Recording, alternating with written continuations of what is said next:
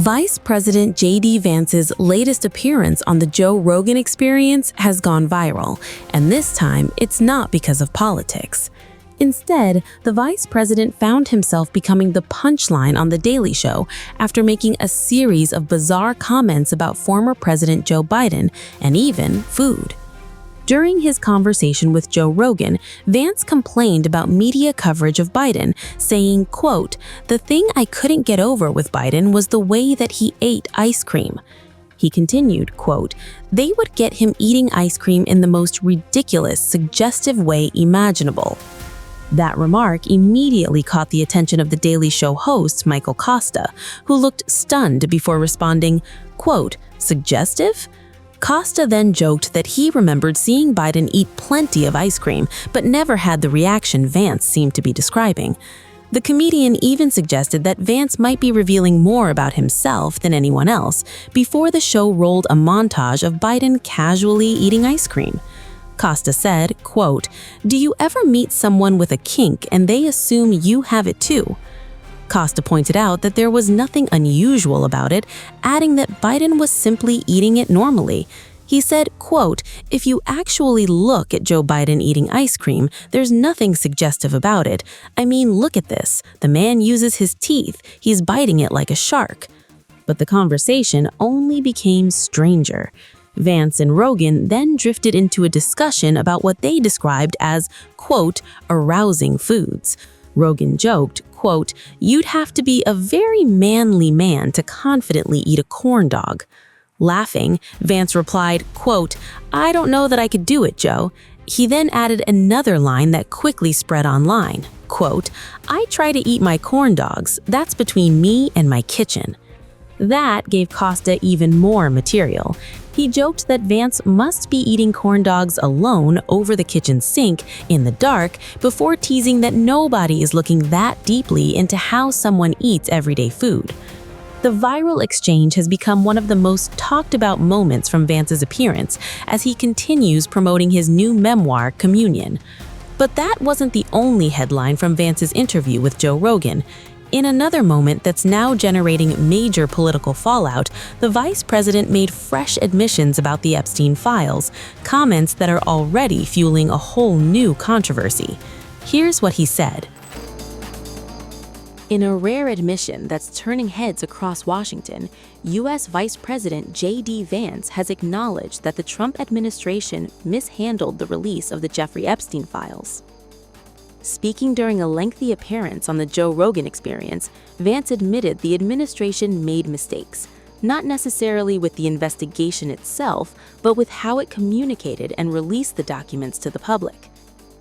The comments come after weeks of backlash over redactions, confusion surrounding victim identities, and renewed conspiracy theories about Epstein's powerful associates. Here's everything Vance said and why his remarks are making headlines. During the interview with Joe Rogan, Vance was asked directly about the controversy surrounding the Epstein files. Instead of defending every aspect of the administration's handling, the Vice President of the United States offered a surprisingly candid response. "If people want to say we mishandled the Epstein release, guilty," Vance admitted. "We did mishandle it, especially the communications of it," he added. Vance explained that, in hindsight, the administration should have released the material much sooner. According to Trump's VP, officials needed time to review thousands of pages of records, identify victims, and make legally required redactions. But he believes the overall process took too long. "I think we should have just dropped everything at the very beginning," Vance said. He acknowledged that while reviewing sensitive documents inevitably takes time, the public should have received information far earlier than it did. Joe Rogan then raised one of the biggest criticisms surrounding the Epstein files, the redactions. Many critics argued that the document release appeared inconsistent. Some alleged victims' names became public, while certain names believed to belong to alleged associates or co-conspirators remained blacked out. The decision triggered outrage across social media. Vance attempted to explain why those decisions may have been more complicated than they appeared. According to him, investigators sometimes face difficulty distinguishing between victim and co-conspirator. "I've looked into this," Vance explained. "My understanding is that it is sometimes hard to draw a distinction between victim and co-conspirator."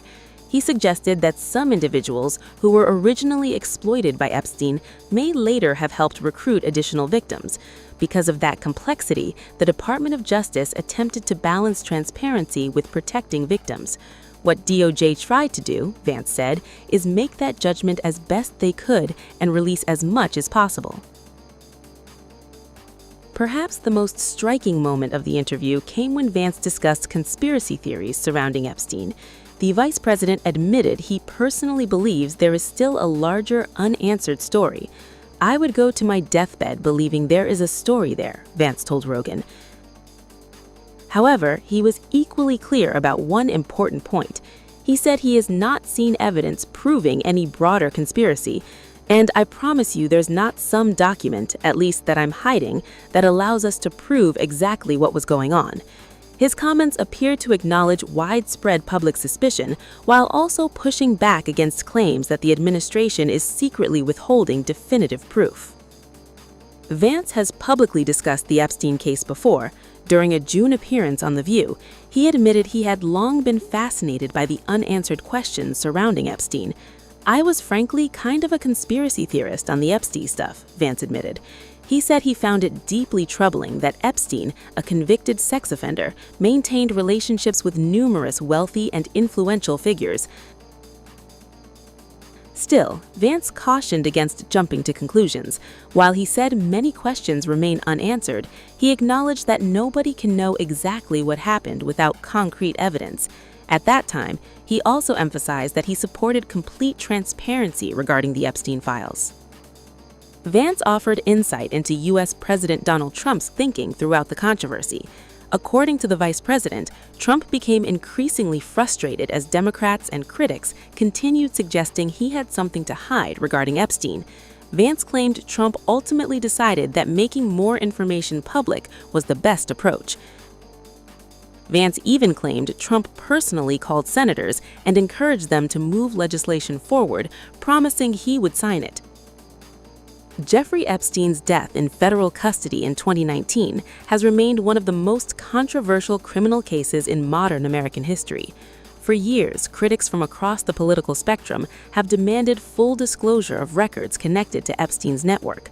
Questions continue to surround which powerful individuals associated with him, whether additional crimes were overlooked, and whether every relevant document has been released. Those unanswered questions have fueled countless online theories, political debates, and calls for greater government transparency. Throughout the interview, J.D. Vance appeared to strike a careful balance. On one hand, he openly admitted the administration mishandled the rollout. On the other, he defended the difficult decisions prosecutors faced while reviewing sensitive evidence involving victims. He also acknowledged widespread public suspicion without claiming to possess evidence that would support many of the more explosive conspiracy theories circulating online. That combination of admissions and caution has quickly become one of the most talked about moments from his appearance with Joe Rogan. Whether Vance's remarks calm public concerns or simply fuel fresh debate remains to be seen. But one thing is certain: it's rare for a sitting vice president to publicly admit that his own administration mishandled one of its most politically sensitive document releases. And with the Epstein case continuing to dominate headlines, Vance's comments are unlikely to be the final word.